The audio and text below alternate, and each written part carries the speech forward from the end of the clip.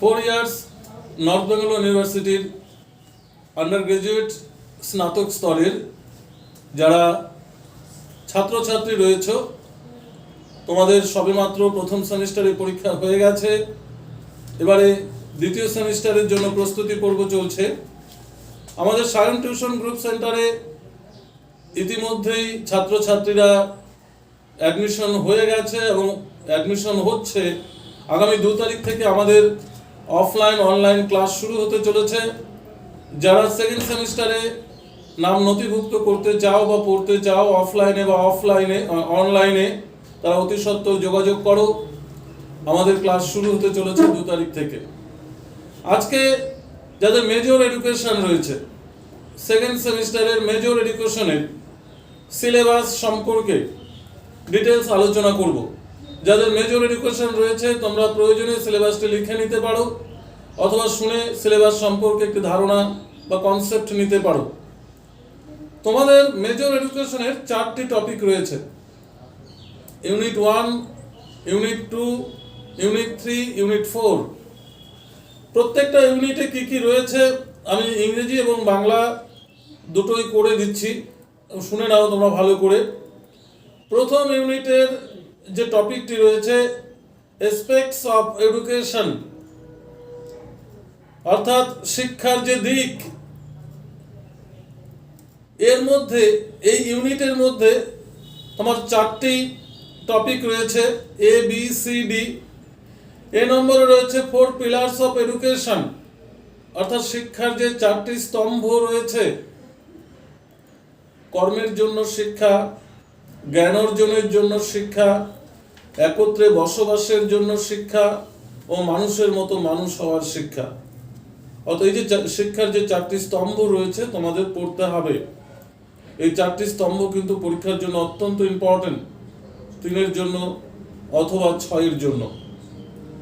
অর্থাৎ Delors commission 1996, এই Delors commission সম্পর্কে ডিটেলস তোমাকে পড়তে হবে।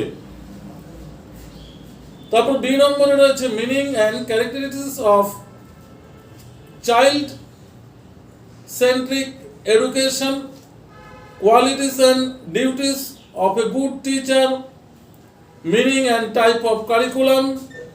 অর্থাৎ বলছে একজন ভালো শিক্ষকের দায়িত্ব ও কর্তব্যগুলি কি কি, বা কি কি গুণাবলী থাকা উচিত, অথবা শিশু কেন্দ্রিক শিক্ষার অর্থ কি, বৈশিষ্ট্য কি, গুণাবলীগুলি কি কি, সেটাও তোমাকে এখানে পড়তে হবে। এছাড়াও রয়েছে কারিকুলামের অর্থ এবং প্রকারভেদ, অর্থাৎ পাঠ্যক্রমের অর্থ এবং প্রকারভেদ সম্পর্কেও তোমাকে পড়তে হবে। সি নম্বরে রয়েছে meaning and types of importance of curriculum co curriculum activities, অর্থাৎ পাঠ্যক্রমের সঙ্গে তোমাকে সহ পাঠ্যক্রমিক যে কার্যাবলী রয়েছে সেই সহ পাঠ্যক্রমিক কার্যাবলীর অর্থ, প্রকার ও গুরুত্ব সম্পর্কে আলোচনা করতে হবে। এইগুলো তোমার ইউনিট 1-এর যে টপিকগুলো রয়েছে, ইউনিট 1। এবার ইউনিট 2-তে কি রয়েছে? ইউনিট 2-তে রয়েছে social groups and social factors. Social group and social ফ্যাক্টরসে কি কি রয়েছে?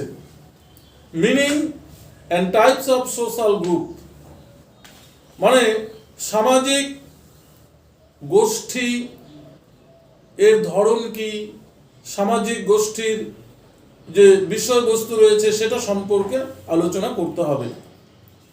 বি নম্বরে রয়েছে meaning, process and factors, socialisation, rules of family and school in socialisation.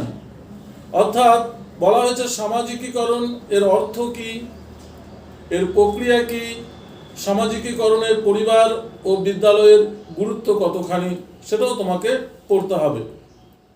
Number সিতে রয়েছে, ইউনিট 2-এর নাম্বার যে সি রয়েছে, সিতে রয়েছে concept and factors of culture, rules of education in culture. অর্থাৎ বলছে সংস্কৃতির ধারণা, উপাদান ও সংস্কৃতিতে শিক্ষার ভূমিকা আলোচনা করো। তাহলে আমাদের ইউনিট 2-তে ছিল সামাজিক গোষ্ঠী এবং সামাজিকীকরণ যে বিষয়টা ছিল। এবার ইউনিট 3, ইউনিট 3 তে রয়েছে growth and developments. Growth and developments, বৃদ্ধি ও উন্নয়ন। এই বৃদ্ধি ও উন্নয়নের মধ্যে যে টপিকগুলো রয়েছে, এ নম্বরে রয়েছে difference between growth and developments, stage of human developments. অর্থাৎ বলছে বৃদ্ধি এবং উন্নয়নের মধ্যে পার্থক্য লিখো, মানব উন্নয়নের পর্যায়গুলি কি কি। তারপর রয়েছে ক্যারেক্টারিস্টিক্স অফ ফিজিক্যাল, তারপর হচ্ছে emotional, language and social development during infancy, childhood and adolescence. মানে হচ্ছে শৈশব, তারপর হচ্ছে বয়স সন্ধিকালের শারীরিক, বৌদ্ধিক, মানসিক, ভাষা ও সামাজিক বিকাশের বৈশিষ্ট্যগুলি আলোচনা করো।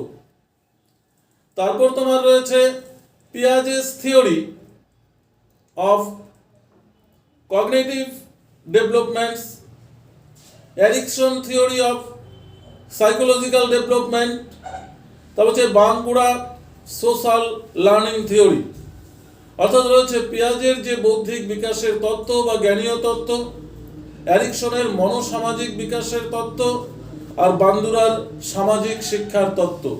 তোমাদের কিন্তু এই তিনটি যে তত্ত্ব রয়েছে 100% গ্যারান্টি, এই তিনটি থেকে কিন্তু একটা প্রশ্ন থাকবেই।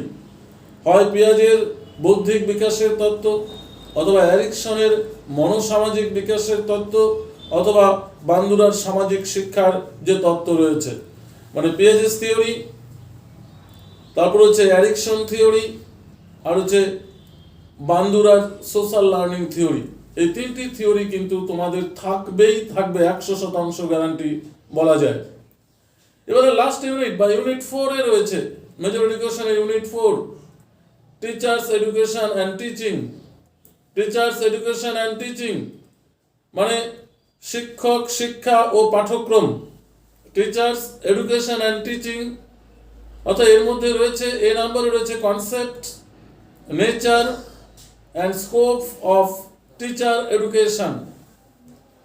মানে একটি ধারণা, প্রকৃতি এবং শিক্ষক শিক্ষার যে সুযোগ সম্পর্কে আলোচনা করো। এরপর রয়েছে difference between pre service and in service teacher education. অর্থাৎ পার্থক্য করতে বলছে pre service and in service, এর মধ্যে পার্থক্য লিখো। আর লাস্ট যে টপিকটি রয়েছে সেটা হচ্ছে জ্ঞান শিক্ষার মানদণ্ড ও শিক্ষণের সর্বোচ্চ পর্যায়।